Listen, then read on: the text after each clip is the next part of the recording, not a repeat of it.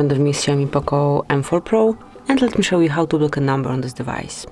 So if you'd like to block some unwanted caller, just open your phone dialer, then go to contacts, tap on more icon and